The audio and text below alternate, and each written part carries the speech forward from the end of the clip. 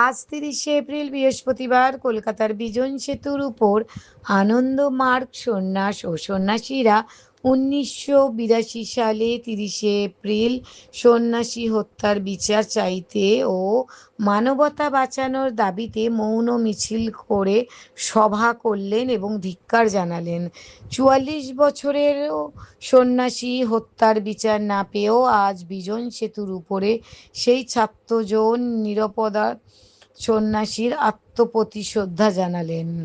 সপ্তদশ দধিচি লৌহ প্রণাম ১৭টি মাটির কলসে পুষ্পস্তবক সাজিয়ে ১৭ জনের প্রতি শ্রদ্ধা জ্ঞাপন করলেন। আনন্দমার্গের গতিকে রুদ্ধ করবে তারা জানতো না গীত শুনেছে, যার আহ্বান গীত শুনেছে সেই আহ্বান গীত শুনলে যে শুনবে নির্যাতন নেবে সে পক্ষপাতী, মৃত্যুর গর্জন শুনবেছে সঙ্গীতের মতো।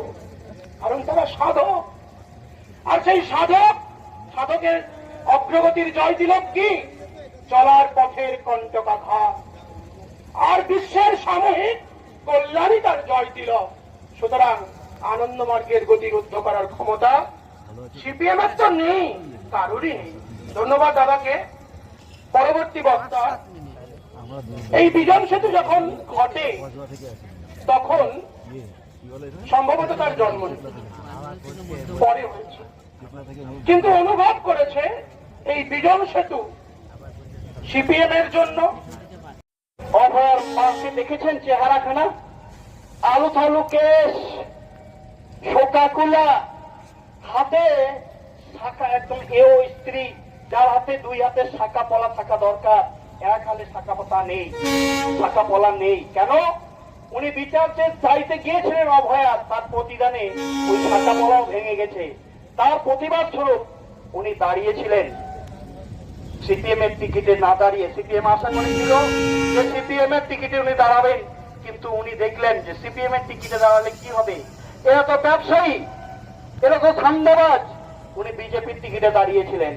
সিপিএম সব জায়গায় বলে বেড়াচ্ছে কি, এই নেতা যারা নেতৃত্বে আছেন তারা বলছেন যে এই অভয়ার মা, সিপিএম যদি ওই দিন ডেড বডিকে রুখে না দাঁড়াতো তাহলে এই অভয়ার মা কোনদিন জানতে পারতো না তপস্যার আগুন জ্বলুক আজ। এই অন্যায়ের প্রতিবাদে নীতিবাদীর মন্ত্রে যেন শোষকের সিংহাসন কাঁদে, ১৭টি নাম প্রগছড়া হয়ে জাগুক আমাদের মনে। শপথ নিলাম রইব জেগে ন্যায়ের অন্বেষণে। আজকের এই মঞ্চ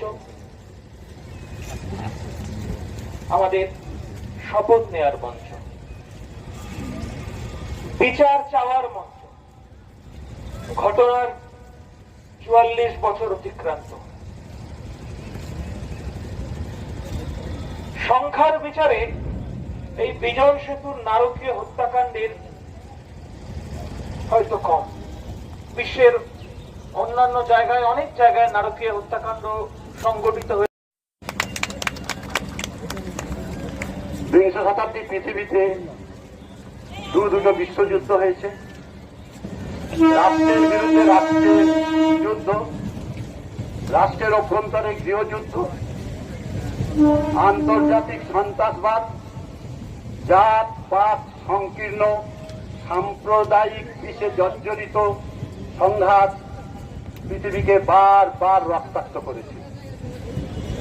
তবুও আগামী দিনের ঐতিহাসিকরা যখন বিংশ শতাব্দীর ইতিহাস লিখবে, তখন মানব সভ্যতার ইতিহাসে সব থেকে গৌরবোজ্জ্বল ইতিহাসের পাতাটা থাকবে এই বিংশ শতাব্দীতে।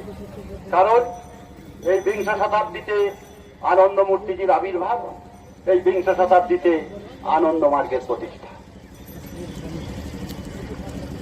১৯০০ কিন্তু রাষ্ট্রের পেশি শক্তি সেই সত্যকে উদ্ঘাটন করতে দেওয়া থেকে আটকে দিয়েছিলেন। এবং তাই আজকে যখন আমরা বিচারের কথা বলি, বিচারের বাণী নীরবে নিভৃতে কাঁদে। 4-4.5 দশক হতে চলল, কিন্তু এখনো বিচারের কথা বলি তখন মনে পড়ে পৃথিবীর বুকে এরকম কয়েকটি ঘটনার কথা। ভুলে যাবেন না 1982 খ্রিস্টাব্দে বাচ্চা চোর বা অন্য কিছু মিথ্যে অপবাদ দেওয়া